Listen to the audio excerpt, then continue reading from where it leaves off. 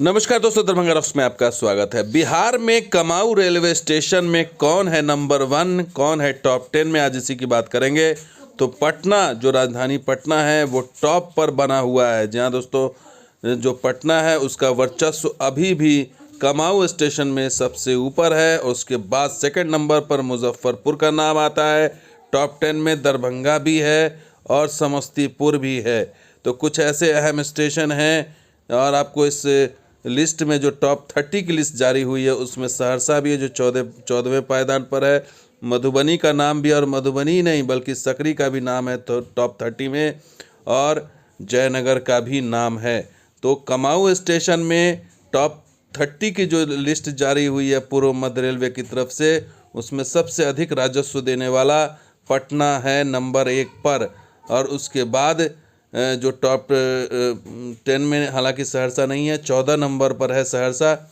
लेकिन अगर पटना देखा जाए तो पहले नंबर पर है, दूसरे नंबर पर मुजफ्फरपुर है, और तीसरे पर दानापुर ही है पटना का ही, और चौथे पर दीनदयाल उपाध्याय मुगलसराय जो पूर्व में था, गया, उसके बाद धनबाद, और उसमें 7वें स्थान पर दरभंगा है। उसके अलावा राजेंद्र नगर टर्मिनल 8वें पर है, 9वें पर समस्तीपुर है, और 10वें पर आरा है। तो आरा से भी ज़बरदस्त कमाई हो रही है।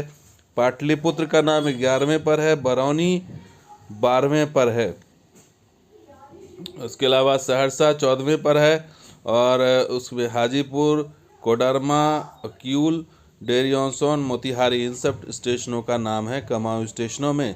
तो बड़ी चीज़ है कि जो टॉप 30 में इन स्टेशनों ने अपना नाम उसमें डलवाया। खगड़िया से भी अच्छी खासी कमाई हो रही है। खगड़िया भी एक अहम स्टेशन के रूप में उभरा है कमाई के मामले में। मधुबनी, जयनगर और सकरी, ये 3 स्टेशन भी हैं टॉप 30 में। तो ये बड़ी चीज़ है कि यहाँ से जो राजस्व की कमाई हो रही है ये दर्शाता है कि इन स्टेशनों में पोटेंशियल बहुत ज़्यादा है, यहाँ से यात्री काफ़ी लाभ उठा रहे हैं। लेकिन सबसे बड़ा सवाल ये है कि रिटर्न में क्या मिल रहा है, ये बड़ा सवाल है। क्योंकि ट्रेनें जो हैं वो जो मांग की जा रही है, जो डिमांड है वो पूरी नहीं हो रही है। अभी एक अजमेर एक्सप्रेस की बात करें तो वो ट्रेन दे करके स्पेशल के रूप में कुछ दिनों चलाई गई, फिर हटा ली गई। तो ये दर्शा रहा है कि कमाई के मामले में तो ठीक ठाक पोजीशन पे स्टेशन आ रहे हैं, लेकिन जो सुविधाएं मिलनी चाहिए या ट्रेनों की संख्या बढ़नी चाहिए या नए रूट्स पर जो संचालन होना चाहिए, ट्रेनों का विस्तार होना चाहिए, उसकी फ्रीक्वेंसी बढ़नी चाहिए, उस लिहाज से नहीं हो पा रही है। पूर्व मध्य रेल में इसमें बहुत ही फिसड्डी साबित हुआ है, और इसमें अगर 2, 4, 5 साल की बात करें तो बहुत ज़्यादा कुछ दिखाने की स्थिति नहीं है।